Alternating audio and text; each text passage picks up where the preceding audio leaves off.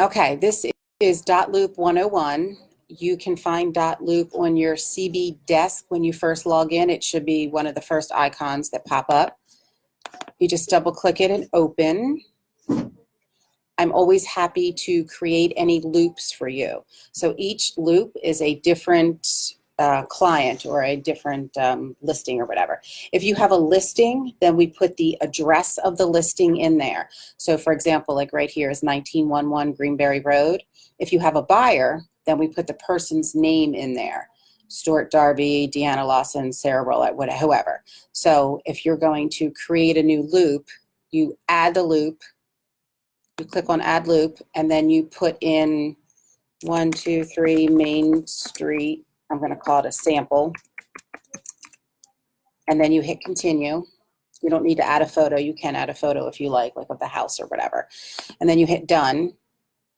And then right here where it says type, you always want to put that in. So this is going to be a listing because I put the address in, and the status is pre-listing. You want to make sure you kind of update these so everybody knows where you are in process. Not crucial, but you should update it.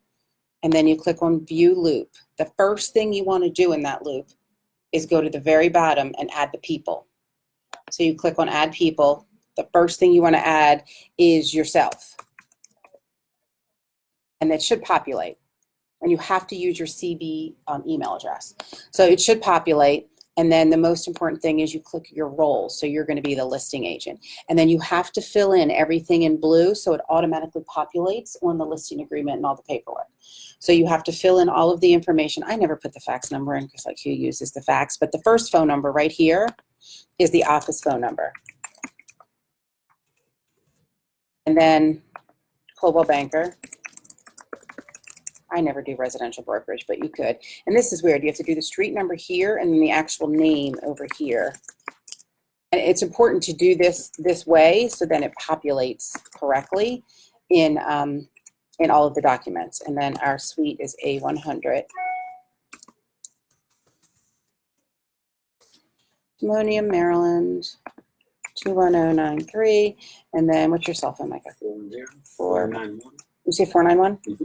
8766. 8766. Just check that everything's right. You can put your license number in. You don't have to, whatever. And then you do add person, and then see it populates there. You always want to add me. Like when you do this, I won't be there automatically. You want to add me, give me a title. I can be an admin, doesn't matter. But the most important thing in this, is to add me to your team. Well, when I did this for you. So if you were doing this, to add me right here, it says add to my team. You have to click that. And when you click that, it sends me an invitation to the DotLoop like I did to you yesterday. Mm-hmm. And then when you click on it, it automatically takes you right here. The only people you ever want to add to your team is like me or Alicia, like people on the team. Like when Sharon's away, she could go in and add people that are covering for her or whatever. You don't want to add the buyer, the seller, or the other agent to your team. That way they can see every single thing in the loop. So you only want like me and you, or me, you and Alicia, or whatever, to be in there. And then you add the buyers, the sellers, the list, whatever. When you add your buyers and your sellers, the most important thing is their full legal name, their phone number, and their email. You can put their address in there. You don't have to, but those three things are crucial. And then you go up here, and this is the name of the loop. And then you have templates, browse, and email. So browse is if you want to pull stuff from your desktop and your downloads. Templates are the templates in DotLoop. I have gone into my DotLoop and I have kind of templates set up already. So like I have purchase paperwork, EB counting listing, and buyer agency.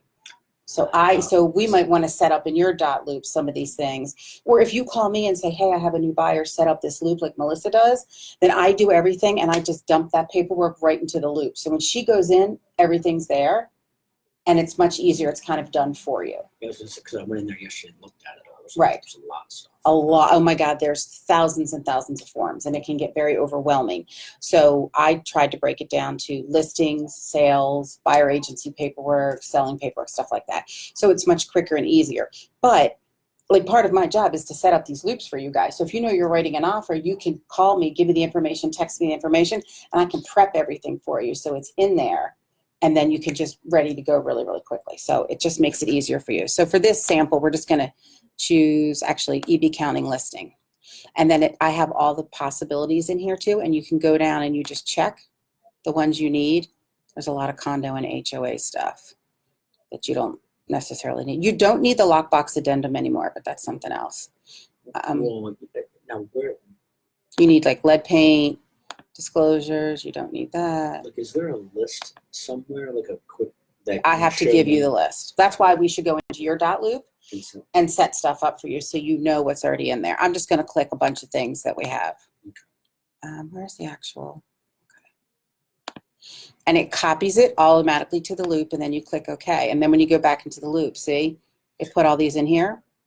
Mhm. And then you have folders within your loop. So I like to organize my folders. And the way I like to organize them is, like, let's say this is a listing. I'll have a folder that says listing paperwork. And then when we get it under contract, I'll create another folder that says under contract so that it's separated, you know where it is. We've had, unfortunately, listings in the past that have gotten multiple offers and then they've fallen through and then it gets, you know, sold again. And I just say like offer number 2 or contract number 2, but you want to keep the paperwork separate or it gets crazy in there. Sure. So to rename it, see where it says folder here? You go over here and you click on these 3 dots and I can rename it. And I can rename it to listing paperwork. And sometimes ahead of time, I'll go ahead and create another folder that says under contract, or sometimes I just do it when the paperwork comes So in. because that's there, does that typically mean? Everything underneath, yeah. So let me show you. We'll add another folder, That's what I was getting at, yeah. and we'll label this under contract. And then let's say we'll add templates. I'm just going to put like a bunch of different things in there so you can see. These are not the ones you would use. Right. But now you can see under contract right here, and these are all the things for that, and Yeah. then the listing paperwork, and that's that. Now, can you close that folder? Absolutely, you can minimize it. Yep, you can minimize it So if you you want. minimize it? And you can archive it too, but I wouldn't archive it. I think you just click on it. There you go. Gotcha. And it minimizes it. Okay. But when you do that, sometimes you forget that there's stuff in there if you don't see it. Mhm. Also, see how it's bold? Once you go into something and you look at it and you save it, it becomes unbolded. So anything bold means you've never opened it before. Gotcha. So you would fill in this information or whatever. Let's go back here. That's not a good one to show you. No, that's not good. Let's do this one. So this is the lead paint one that a lot of people forget. So as soon as you click on a new one that can be filled out, if you go all the way down to the autofill and hit autofill, it automatically populates with information that we've already put in. That's why it's so important to put it in correctly in a certain way. And then it'll automatically populate places where like the listing agent's supposed to sign and where the buyer or the seller is supposed to sign for you. And you hit save and it saves it. You can hit save and share and it can go right there. So these are your drop downs from here where you can do that. Bye. So everybody has their own .loop and your .loop is your .loop. But when you are doing anything, you have to share it with me so I can help you manage all of the paperwork. And then when something settles, I archive it and I get rid of it so that's not in my new stuff. So if we go back to my loops, because I get everyone's loops, I've got like pages and pages of loops here. And all of the bold ones, and the red means they have new documents in them. Gotcha. So like this one, because he signed something yesterday, see it says waiting for others. So if we click on this, you can see that one of them signed, but both of them didn't sign. Okay. So we're waiting for other people to sign. So it kind of tells you waiting for others. Once they all have signed it, you're good to go. And see, I said I named that buyer agency. So I would name this folder when you write a contract. I would say like contract for 123 Main Street or whatever, you know, whatever they end up buying. And that's kind of how you met. The red flag here also lets you know of notifications. If you click on that, it's going to tell you that these, you know, who's been in there and what's been done, and you can mark them red. So you know which loops need attention. Gotcha. So you can tell really quickly names are buyers and street addresses are listings. Okay. That makes sense. Yeah, that's how we differentiate. And then you know right away whether it's a buyer or whether it's a listing. And And then I also create, like I have a buyer agency one. I also keep in mind like a generic one that I put forms in that I use occasionally, but I don't feel like going to search for them every time I need them, and they're hard to find. So I have a folder, where is it? I forget what it's called.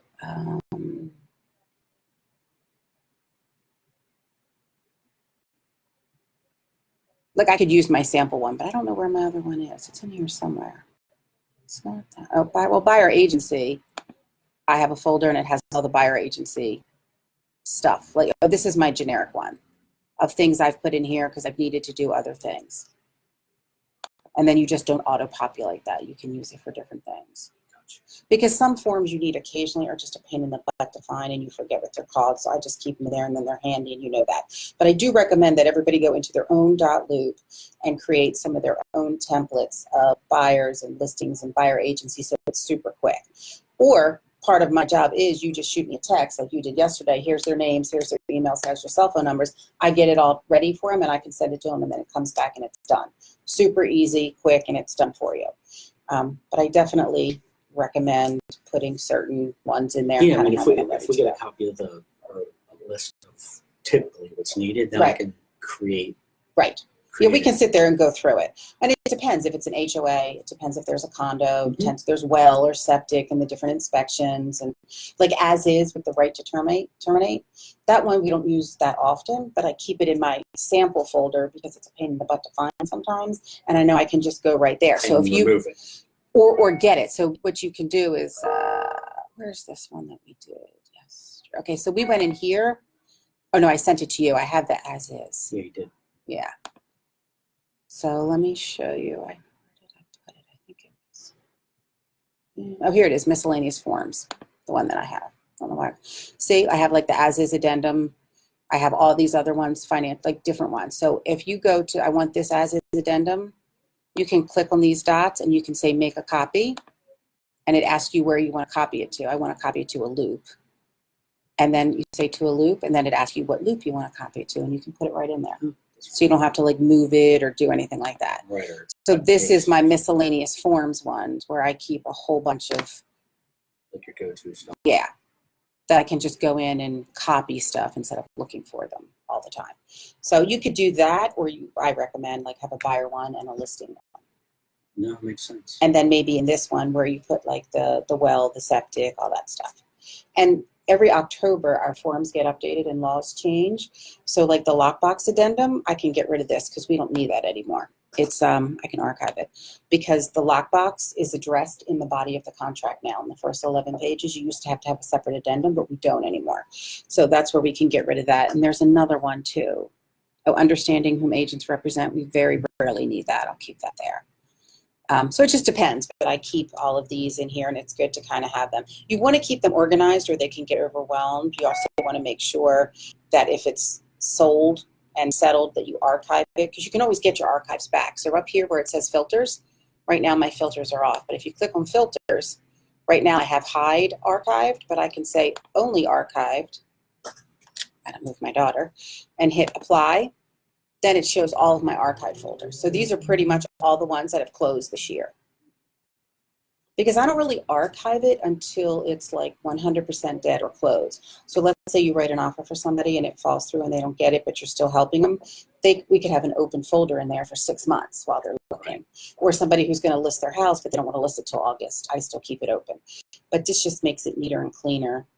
And it's a very easy way to access your closed files. And you should put everything in here. Every document, everything that is associated with your deal should go into here. Because we are obligated to keep files for 7 years, I believe, 5 or 7 years. And this makes it super easy for you. You can keep them digitally. Yeah, right. That's why I can't remember if it's 5 or 7 years. Alicia will know that. But this keeps it for you digitally. I also keep everything in Evernote digitally. So you have 2 separate copies. Sharon keeps paper copies. I try to not keep paper copies anymore because we really don't use copies. Yeah, and I have an Evernote account as well. Oh, there you go. And to get out of filters, you just do hide archived and hit apply.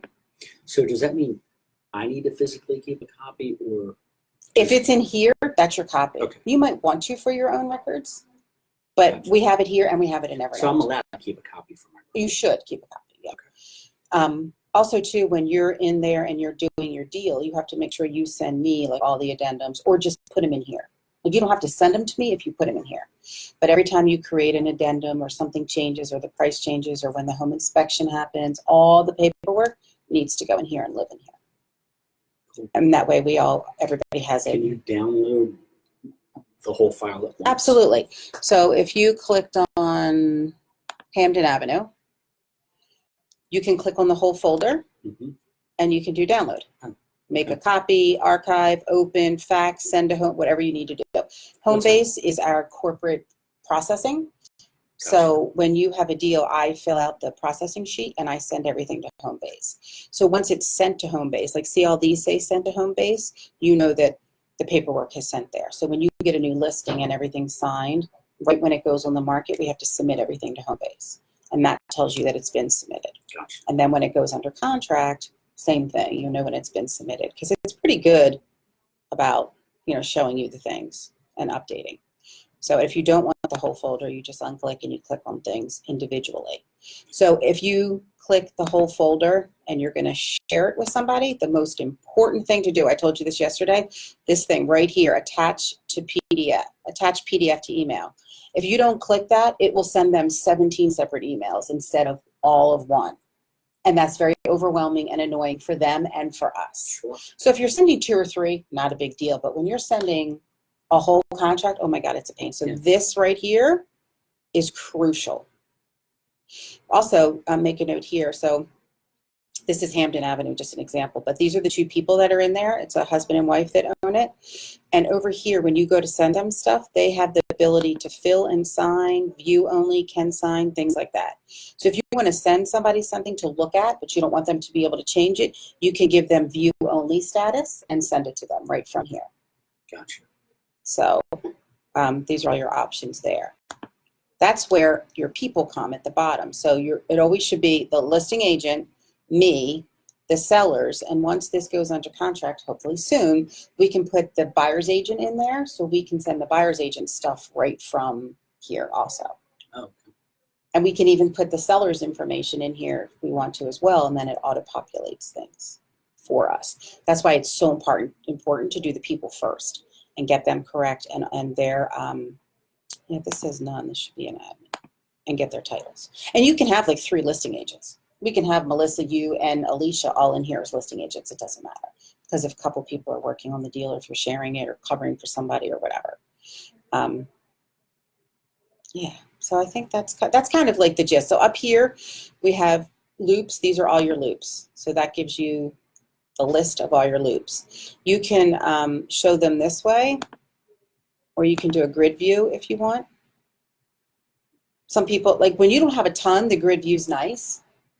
And if you had a picture in there, if you wanted to put a picture, could see it. But because I have so many, because I manage everyone else's, I like the list view. Yeah, I like list view. Or you can do compact view, which I tend to do too because I have so many. And the red over here means that there's something new in it. So I'll have this woman sign those things for me. So these are your tasks. You can assign tasks. Like some people use this, I don't. But you can create tasks for people in the loop. You can use this as a reminder. I don't. I use my phone because I'm not logged into this every time. But you can, like if you're sharing a loop with somebody, you can set up tasks through here and remind somebody to do a task.